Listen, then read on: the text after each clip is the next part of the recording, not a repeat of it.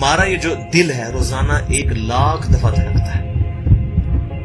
1,00,000 دفعہ ہر انسان کا دل دھڑکتا ہے، اور 1,00,000 دفعہ دھڑکنے سے 10,000 لیٹر خون ہماری شریانوں میں ٹریول کرتا ہے روزانہ. اور ہماری شریانیں جو ہیں، وینز جو ہیں، ان کو اگر جوڑا جائے تو 1,00,000 کلومیٹر بنتی ہیں. 2.5 چکر پوری زمین کے بن جائیں ہر انسان کی شریانیں اگر جوڑی جائیں. ان ساری شریانوں میں جو خون ٹریول کرتا ہے دل کے ذریعے، کیا یہ خود بخود ہو رہا ہے؟ پھر اس کے بعد اس چیز کے اوپر غور کریں کہ ہمارے جو گردے ہیں روزانہ 25 دفعہ ڈائلیسس کرتے ہیں. ایک ڈائلیسس کی قیمت مارکیٹ میں تقریباً 3,500-4,000 روپے ہے. 4,000 کو آپ 25 سے ضرب دیں، 1,00,000 روپے کا کام ہمارے گردے مفت روزانہ کر رہے ہیں بغیر کسی تکلیف کے. ڈائلیسس کروانے کے لیے تو ٹائم دینا پڑتا ہے، تکلیف کاٹنی پڑتی ہے. یہ ہمارے گردے خود بخود چل رہے ہیں. کیا زمین و آسمان کی ساری مخلوقات مل کے جس بندے کے گردے فیل ہو جائیں وہ گردے چلا سکتی ہیں دوبارہ؟ یا دل فیل ہو جائے تو دل چلا سکتی ہیں؟ یہ کوششیں ہوتی ہیں، بیٹری لگاتے ہیں، لیکن وہ کہتے ہیں کہ دل چل رہا ہے لیکن جان ختم ہو چکی ہے. اس طرح دل چلنے سے جان نہیں آ سکتی بیچ میں. پھر ہمارے پھیپڑے روزانہ 23,000 دفعہ سانس اندر کھینچتے ہیں، 23,000 دفعہ سانس باہر نکالتے ہیں. اور جو سانس اندر کھینچتے ہیں، آکسیجن جو ابزارو کرتے ہیں، یہ آکسیجن پورے جسم کے ہر خلیے تک پہنچتی ہے. اور ہمارے جسم میں خلیوں کی تعداد کوئی ہزاروں میں لاکھوں میں نہیں ہے. ایک انسان کے جسم میں 100 ٹریلین خلیے موجود ہیں.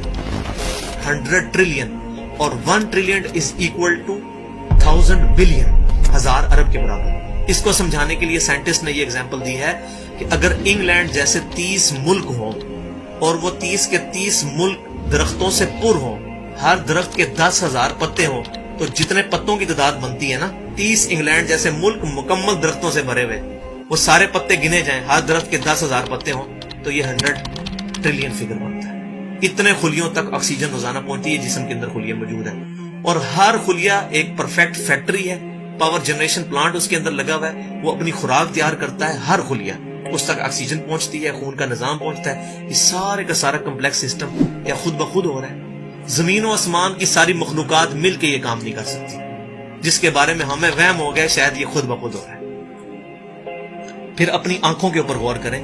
ہماری آنکھیں روزانہ 12,000 دفعہ چپکتی ہیں. ایسے 12,000 دفعہ اگر ہم اپنے یہ ہاتھ کو الٹا کر کے ایک دوسرے پہ یوں رگڑیں نا، تو میرا خیال ہماری کھال اتر جائے.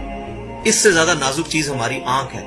لیکن اس آنکھ کے درمیان ایسا لیکوڈ موجود ہے کہ جو اس آنکھ کو گھسنے نہیں دیتا اور تکلیف نہیں ہوتی. وہ لیکوڈ تھوڑا سا زیادہ ہو جائے تو خام خواہ ہمارے آنسو بہنے شروع ہو جائیں. جیسے ہمارے گلے میں بھی تھوک موجود ہے، یہ تھوڑا سا زیادہ ہو جائے تو رال ٹپکنی شروع ہو جاتی ہے. کئی لوگوں کو آپ دیکھتے ہیں بیماری ہوتی ہے، ایک زیادہ مقدار میں ہو جائے تو رال ٹپک جائے، کم ہو جائے تو ہم بول نہ سکیں، ہمارا گلا خشک ہو جائے. یہ اتنا کمپلیکس نظام خود بخود ہو رہا ہے. اگر ہم روزانہ 12,000 دفعہ ایسے کریں نا آنکھیں خود سے تو تھک جائیں. لیکن یہ بلا ارادہ یہ ساری کی ساری چیزیں کسی کنٹرولنگ اتھارٹی نے اس کو ٹائنیسٹ ڈیٹیل تک کنٹرول کیا ہے کہ جو ہمارے اختیار سے باہر خود بخود ہماری آنکھیں چل رہی ہیں. جب کوئی خطرہ سامنے آتا ہے، اندھیری چلتی ہے، نہ چاہتے ہوئے خود بخود ہماری آنکھیں یوں بند ہو جاتی ہیں. پھر اس کے اوپر پلکوں کے اوپر بال ہیں، اور نہ صرف یہ بال، اپنے ناخنوں پر غور کریں. گوشت میں سے ناخن نکل رہے ہیں. یار گوشت کے اندر کون سا مٹیریل ہے جو یہ ناخن باہر نکال رہا ہے؟ یہ گوشت میں سے دانت نکل رہے ہیں، یہ گوشت میں سے گھاس نکل رہی ہے. یہ دیکھیں گھاس، یہ بال نکل رہے ہیں. جو بندہ پاگل ہو جاتا ہے، یار گوشت میں سے اتنی مشکل چیزیں کیسے نکل رہی ہیں؟ اور ناخن ہمیں کاٹنے پڑتے ہیں لیکن دانت کاٹنے نہیں پڑتے. یہ ایک خاص مقدار پہ جا کے رک جاتے ہیں. یار دانتوں کا کوئی باپ ہے جو ان کو کہہ رہا ہے کہ اس کے بعد تم نے نہیں بڑھنا؟ سر کے بال بڑھتے ہیں لیکن یہ ہمارے یہ والے بال نہیں بڑھتے، ابرو کے بال نہیں بڑھتے. اس کو کون کنٹرول کر رہا ہے؟ یہ ساری کی ساری چیزیں کیا خود بخود ہو رہی ہیں؟ جو چیزیں بھائیوں کرنے سے نہیں ہو سکتی، انسان اپنی چیزیں خود کنٹرول نہیں کر سکتا، تو خود بخود وہ کیسے ہو رہی ہے؟ اس سے بڑی تو بیوقوفی اور کوئی چیز نہیں. پھر سب سے مشکل جو انسٹرومنٹ ہمارے دماغ جو ہے، ہمارے دماغ کے اندر 10 ارب خلیے ہیں، اور جو دماغ کے اندر جو ہمارے کنیکشنز ہیں وہ 100 ٹریلین ہیں، equivalent to the quantity of cells in human body. جو میں نے بتایا تھا انگلینڈ جیسے 30 ملک ہوں، وہ والی ایگزامپل دی، وہ سیم اتنے کنیکشنز دماغ کے اندر ہیں. ہمارے دماغ کے اندر 1 منٹ کے اندر 10 لاکھ چین ریئیکشنز ہوتے ہیں جن کی وجہ سے دماغ کام کرتا ہے. ایک کنیکشن بھی ان 100